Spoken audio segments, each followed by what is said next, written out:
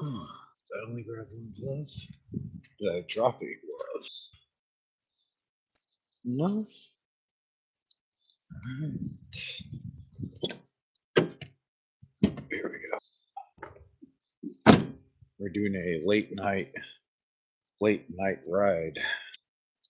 See, tighten up this strap a little bit.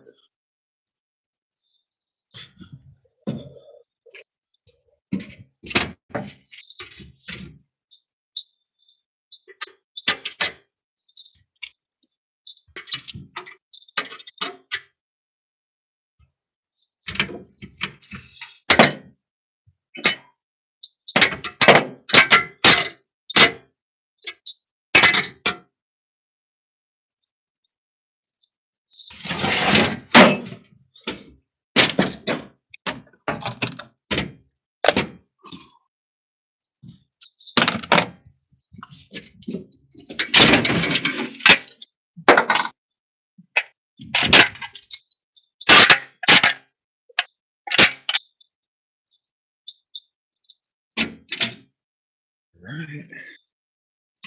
Shouldn't be too hard.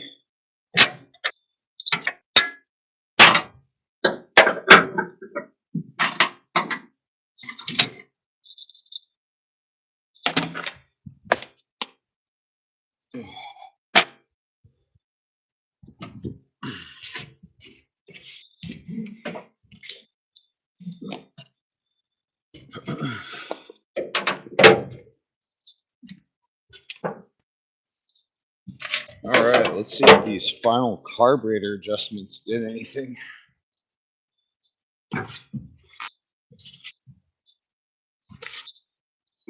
Let's put that a little too far. Whoa. And off the ramp we go.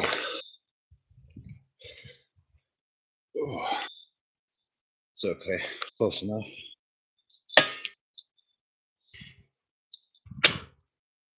Best excuse, haven't had enough coffee yet.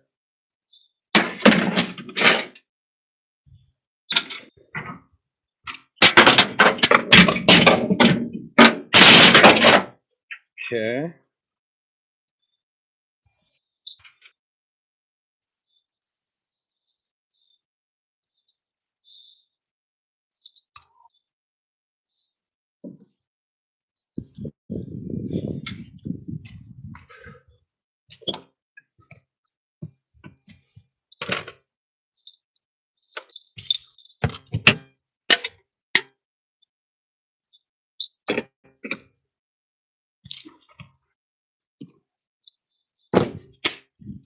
Ooh, just rained today. All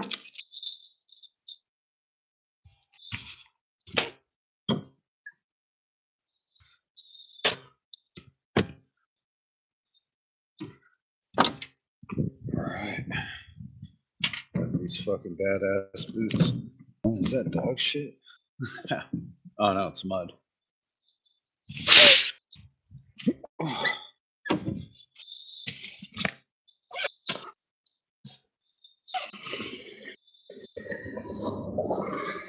Let's see. Can I wear a helmet? Then I won't have a light.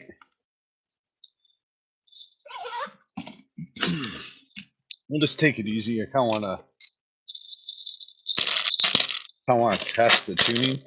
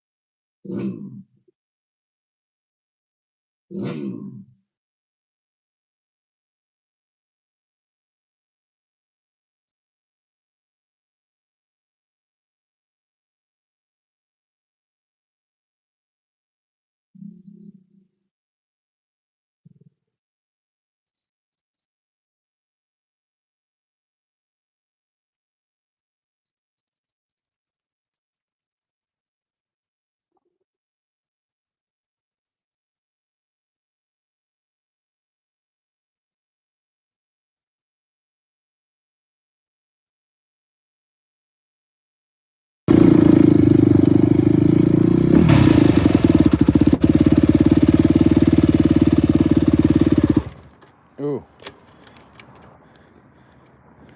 Doesn't care for that too much, actually.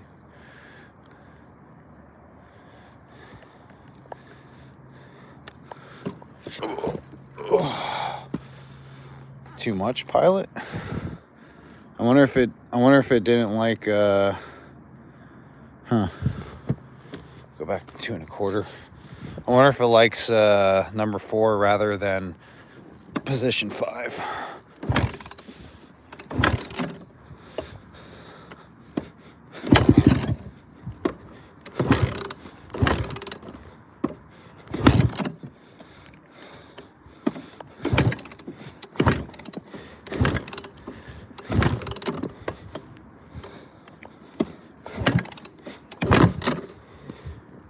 My fucking foot when it keeps slipping off.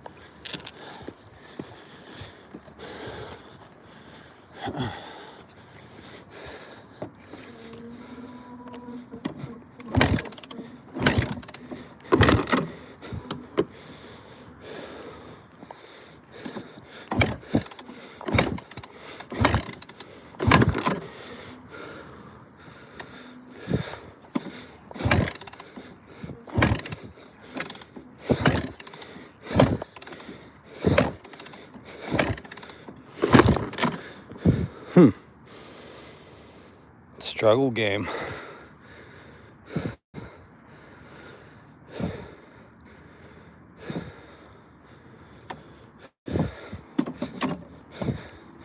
Hot start.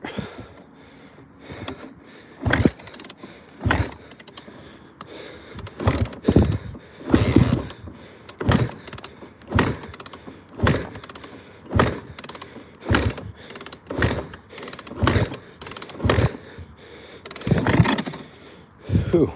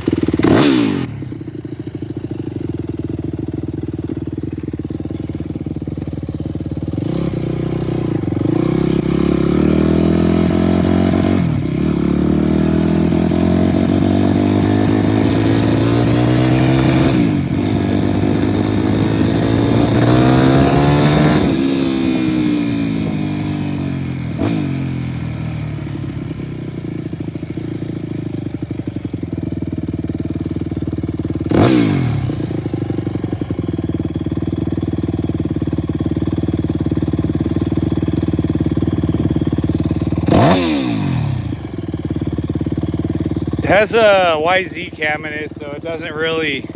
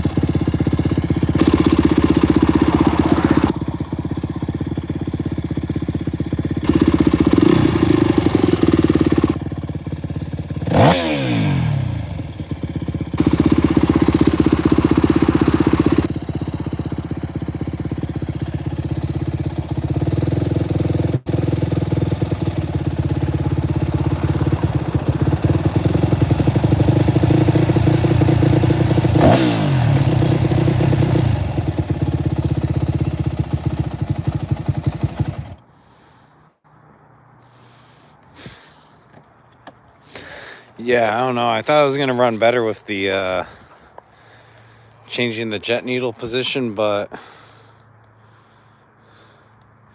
yeah, it doesn't run that well. Probably going to just change it back, but now I know. Seems like I kind of figured it out. The 185 and the jet needle combo clip position seems to like work best. Not really super beginner friendly, but you know, makes the most power versus using a 182. Same thing, jet needle clip position 4 runs a little bit smoother. This is number 5, and it doesn't run right.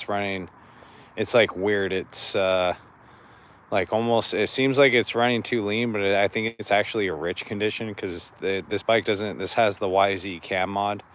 So it's a WR motor with the WR intake and a YZ exhaust cam.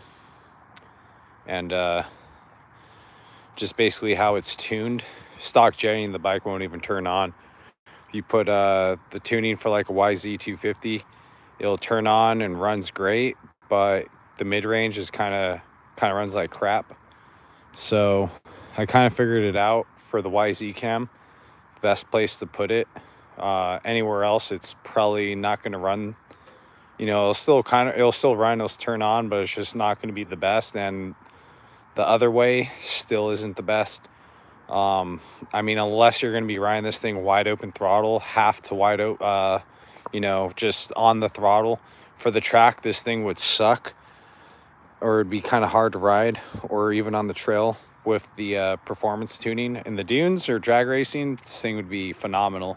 Make absolute power, revs to the moon, makes shitload of torque and horsepower, but it's just not very beginner friendly. So I'm going to make that last adjustment. Now that I've kind of tried everything, I know where this bike stands, and it's definitely not with the tuning that I just did right now. I don't really like the mid-range, even though it's, like I said, it seems like it's running too lean. It's like cutting out and hesitating. It's actually, I guess it's like almost like a too rich condition. This doesn't, I mean, it's making power. It's making quite a bit of power, but not as much as a 450. 450 makes a lot more power than this. Probably like 10, 12 more horsepower more at least.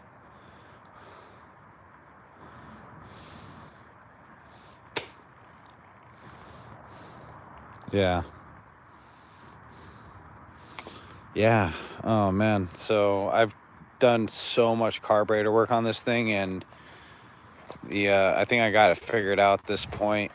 If it was a stock motor, it would have been running, a long time ago, but doing the YZ cam mod just kind of makes this engine not really run the best. So best thing would be is, since it has a WR ignition, WR intake, probably stick with the WR intake and exhaust cam. So has the WR intake, so just replace the WR exhaust cam.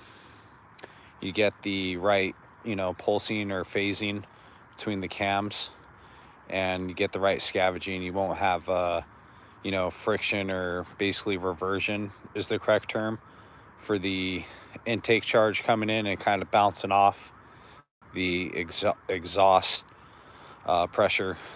It's supposed to scavenge, but with that exhaust, there's just a little too much overlap for that to happen. So it really doesn't run the way that it's supposed to. And right now I've been trying to tune around the cams that it has in it, and this has been a fun learning experience. But now I know just what will work and what won't. And so I've kind of narrowed it down between jet needles and clip positions to what's going to make this bike run right, or the best, most optimal for the type of rider, the terrain, elevation. Yeah, that's pretty much it. So maybe how it is right now at this elevation, around 1,000 feet, 800 to 1,000 feet, might be a little bit on the rich side, but maybe as you go up just a little bit higher in elevation, maybe 1,500 to 2,500, might actually run a little bit smoother. just the way that the bike's set up. So I think we're going to call it on this. I'm going to go ahead and swap the jet needle one last time. I'm not going to do that on camera. And that's pretty much going to be it. You know, enjoying my night out here in the with the hill have I motherfuckers. Yeah, so the higher on the clip doesn't have anything to do with like more top end. It just has to do with tuning the straight diameter section of the needle, and how basically how the needle hands off the pilot circuit to the main jet circuit, and you can adjust it. Usually the higher the clip number, it's going to be a little bit richer, versus the lower the clip number, it's going to be a little bit leaner. So just the one clip position on the way this bike is set up seems to make a really big difference. But that's carburetor tuning. If this was a stock, say I wasn't doing a valve adjustment, and man, this bike would kick my ass. Because if I was, say, not doing a valve adjustment, just did a diagnostics and did a carburetor clean and then did all this bullshit to it, I would, if I didn't know that it had an exhaust cam in it, basically I'd be scratching my head, wasting time, telling the customer like, hey, you know, looking dumb. But pretty much at this point, like, I'm confident. I've worked on enough of these bikes. I've heard of this. This is like my third one of these bikes here. It's not really popular, but when they do come in, it's very noticeable. But yeah, that's pretty much it. Nice bike, you know, starts up. Let's go ahead and see one more time. I want to see, check that hot start, see how well it turns on.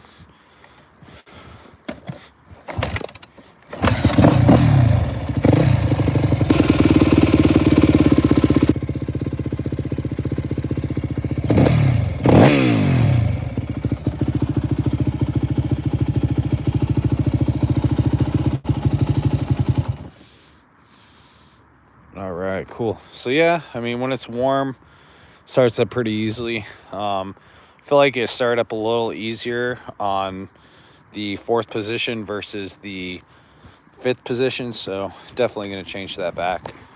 But yeah, that's pretty much it, guys. I'm going to call it a wrap. If you guys just found this channel, go ahead and hit that subscribe button, hit the bell notification, share this video with your friends, hit the comment boxes if you have any questions. Work on a lot of different bikes, a lot of different problems.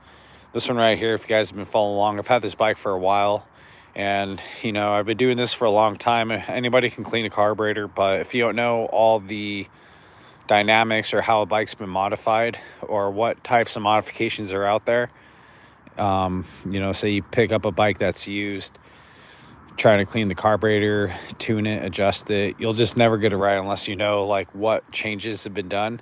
And I'm sure this bike was done by somebody who kind of knew what they're doing, or maybe read something on the internet. This bike's been supermotoed. I don't know if you can tell. It's been lowered in the front.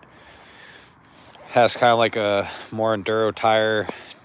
Had a big LED light bar on the front. The lightning coil on the stator's fried, so lights don't work. But overall, you know, pretty cool bike. New chain sprockets. Went over everything. Carburetor, valve adjustment. Timing was originally off. Put a lot of missing little knick-knack parts that have been taken off when the previous owner did the supermoto conversion.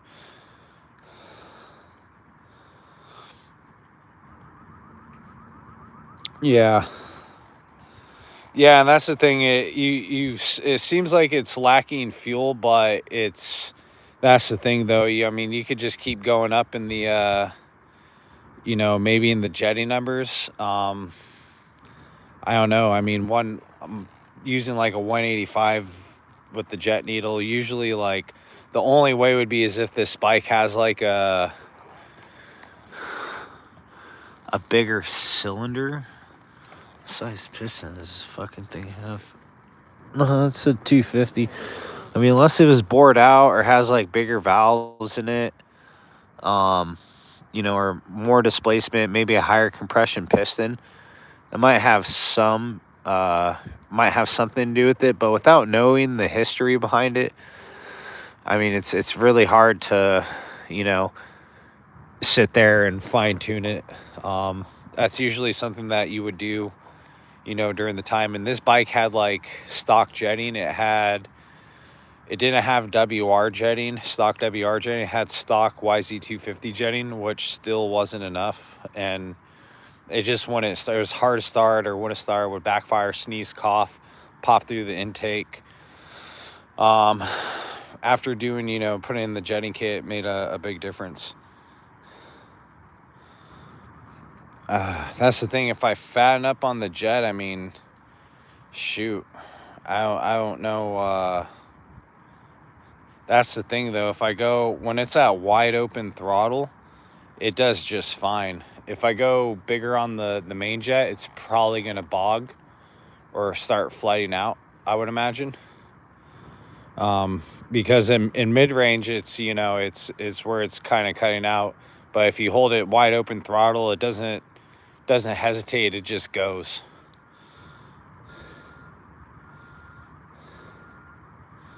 Yeah, the best way to get rid of the hesitation is to put the original camshaft back in. That's how you do it. This engine has engine modifications. It's not stock. That's the reason why it's hard to tune. That's kind of like the misconception, or, you know, the part that's hard to explain to somebody who doesn't work on bikes or who hasn't come across this before. Typically, most bikes will have the original intake and exhaust cam, but there's a modification you can do where you take the YZ, because this is a WR, it's a WR model. You can take the YZ exhaust cam and put it inside the WR motor, and pretty much it gives it, like, you know, gives it more, a little bit more horsepower and a little bit more torque in the higher RPMs. So yeah, the best way to get rid of the hesitation would be to put the original cams back in. So, yep, I think that's pretty much it. Get rocking and rolling. Yeah. All right, guys, thanks for hanging out.